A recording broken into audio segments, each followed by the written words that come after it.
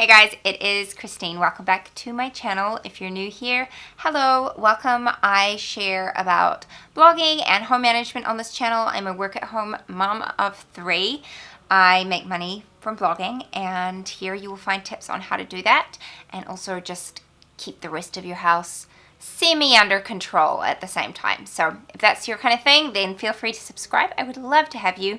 If you're not new, thank you for tuning in again. Today I'm going to be sharing with you how to basically never run out of blog posts ideas and just really clever ways to think of new ones so that you're not staring at a blank screen and thinking, what the heck do I write about? So I'm just going to go through a list of 8 ways to think of new blog post ideas, and these are things that I have done myself and that I continue to do, and I'll sort of tell you the ones that I use the most as I go through them. So the first one is to just list out ideas. Sometimes you just have ideas sitting in the back of your brain.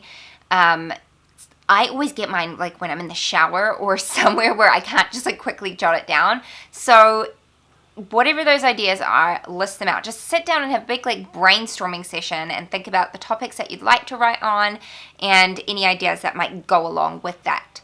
The next way to think of new blog post ideas is to take that list of stuff that you've written out and elaborate on it. Like, what are different angles you could take on a certain topic of a blog post? Is it like a really broad topic that you could write several like sub posts underneath and just broaden it out?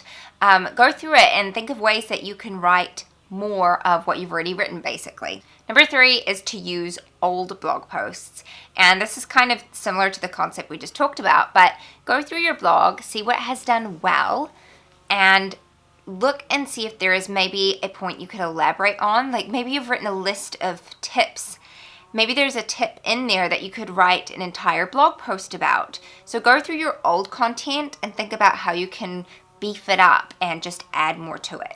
Number 4, and probably the one that I use the most, is keyword research. I am using the tool KeySearch. I have used it for most of this year, I think. And it's not very pricey. It's only like $12 a month or something like that. And I mostly use the strategies from the course Stupid Simple SEO. I took that near the beginning of this year. I'm still making my way through it. It's a beefy course. It's big. But his strategies are incredible and really, really effective. And I've definitely seen growth in my Google rankings since applying his strategies to my blogging. But I use KeySearch along with that, and I do my keyword research, and that is how I come up with the majority of my blog post ideas now. Number 5 is to track Pinterest trends. So sometimes I take a look on Pinterest, what's showing up in my feed, what are popular topics that I know are going around at the moment, and I'll base my blog post ideas off of that. And that's a really good way of generating traffic to your blog. If you can write about a popular topic, create a really beautiful pin, and put in keyworded descriptions, then it can be a really great way to get traffic to your blog. Number 6 is to use a theme. Sometimes I have a theme that I want to write about, and this is also a really good thing to do when you are just starting out a new blog because it adds quite a bit of content to your blog. So I have in the past done like a 10-day series on homemaking tips, and then I've also done a 10-day series on Pinterest tips. So just think about a theme that you would like to write on, and you don't necessarily have to do a series like that, but it's a really easy way of coming up with blog post ideas. If you just think of a theme and then you think of little posts that can fit within that theme, that's a really clever and easy way to come up with blog post ideas.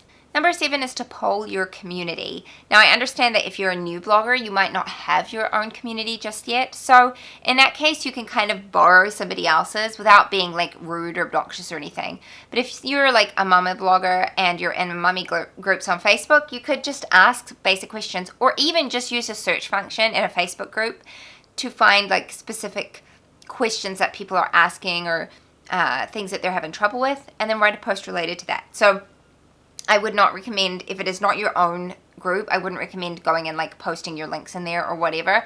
But if it's your own group, of course, feel free to do that. Poll your group, write a post, and then put that link in your own group. It's a good way of getting traffic to your blog. Don't do that in somebody else's group. But you can still like borrow the community in a sense by just looking at the problems that they're having and the questions that they're asking, and then formulate blog post ideas based on that. And the final one, number 8, is to write some experience posts. I'm like, this is not something that I would say is the first thing you should write about, because a lot of the time blog posts where it's just like a diary entry or a journal entry are just not interesting to other people outside of your sort of family circle or friend circle. But there are times for sure when your experience is going to help other people. And so if you've got an experience that you've been through and you think it will be helpful to other people, then by all means write about it. Just always keep in mind, it's not really about you. It's more about how what you've been through is going to be helpful to the reader. And that's just the honest truth. People just don't really care. They are often looking for answers to problems that they're having. So if they're going through a similar experience, they want to know, how did you deal with it? How did you go through it? Maybe they just want solidarity. But always think about your reader when you're writing out your blog post ideas. And that's it for this video. I hope you found these ideas helpful. If you did, please hit the thumbs up button. Feel free to subscribe, and I will see you next time. Bye!